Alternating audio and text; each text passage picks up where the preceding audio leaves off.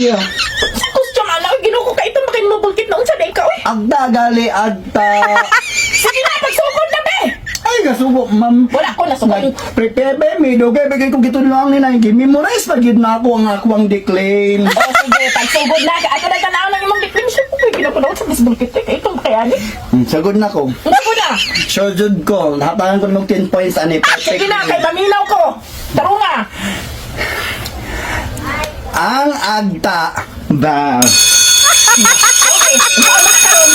Nag-bell naman. Kita may nagtublog na sa bangkingan. Ugmanasad ka. Ugmanasad ka. Ikaw ang kamiro ang mga mag-perform. Okay, oh. Next subject na. Ma'am, ipakiwasan lang ko ma'am. Nakakuha na ni Justin. Kaganina, upuan. Unas, nakakawat na ni Pura. Dili pwede bulkit. Ugman po ka sa buntag. Sige na, ugman po ka sa buntag. Yagot na may nako akong panahon sa tiran para mag-prepare ni tapos Hindi mo makigot anak ka. Ha?